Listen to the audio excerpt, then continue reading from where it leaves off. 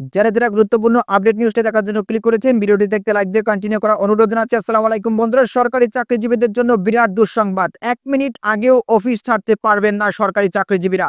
তো প্রিয় বন্ধুরা, কি কারণে মূলত এই আইন করা হয়েছে, এই আইন ভঙ্গ করলে কি শাস্তি হতে পারে, সবকিছু আজকের এই ভিডিওটির মাধ্যমে জানতে পারবেন। সো অবশ্যই ভিডিওটি প্রথম থেকে শেষ অবধি দেখার চেষ্টা করবেন। তাহলে চলুন মূল ভিডিওটি শুরু করা যাক। প্রিয় বন্ধুরা, মূল ভিডিওটি শুরু করার আগে বরাবর আমাদের ছোট্ট একটি রিকোয়েস্ট থাকবে, আপনি যদি আমাদের এই পরিবারের নতুন দর্শক হয়ে থাকেন, এরকম নতুন নতুন গুরুত্বপূর্ণ আপডেট নিউজ সবার আগে পেতে আমাদের এই চ্যানেলটি সাবস্ক্রাইব করে রাখুন। প্রিয় বন্ধুরা, প্রতিবেদনে উল্লেখ করা হয়েছে সরকারি চাকরিজীবীদের জন্য কঠোর উপস্থিতি বিধি জারি করেছে সরকার। এখন থেকে অফিস সময় শেষ হওয়ার আগে অর্থাৎ বিকেল 5টার পূর্বে কেউ দপ্তর ত্যাগ করতে পারবেন না। কোনো ধরনের ব্যক্তিগত কিংবা দাপ্তরিক প্রয়োজন হলেও অফিস ত্যাগের জন্য নিতে হবে সংশ্লিষ্ট অনুবিভাগ প্রধানের অনুমতি। সেই সঙ্গে করতে হবে অফিস ত্যাগের রেজিস্ট্রারের যথাযথ এন্ট্রি।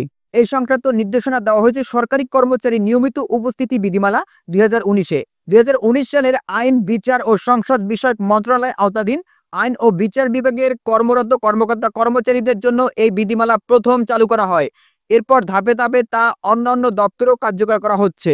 বিধিমালায় স্পষ্ট বলা হয়, কোনো সরকারি কর্মকর্তা বা কর্মচারী অনুমতি ছাড়া কর্মস্থলে অনুপস্থিত থাকতে পারবেন না, অফিস ত্যাগ করতে পারবেন না এবং দেরিতে অফিসে আসাও শৃঙ্খলা ভঙ্গের শামিল। নির্ধারিত কর্মদিবসের সকাল 9টার মধ্যে অফিসে উপস্থিত থাকা বাধ্যতামূলক।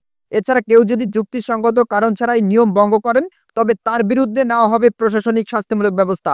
এক্ষেত্রে প্রয়োগ হবে সরকারি কর্মচারী শৃঙ্খলা ও আপিল বিধিমালা 2018। জানা গেছে, অফিসে নিয়মিত দেরি করলে বা সময়ের আগে বের হয়ে যাওয়ার প্রমাণ মিললে সেই কর্মকর্তা বা কর্মচারীর বেতন কেটে নেওয়া হতে পারে অথবা তার বরাদ্দ ছুটি থেকে কেটে নেওয়া হবে। এছাড়া কেউ যদি যুক্তিসঙ্গত কারণ ছাড়াই নিয়ম ভঙ্গ করেন, তবে তার বিরুদ্ধে নেওয়া হবে প্রশাসনিক শাস্তিমূলক ব্যবস্থা। এক্ষেত্রে প্রয়োগ হবে সরকারি কর্মচারী শৃঙ্খলা ও আপিল বিধিমালা 2018।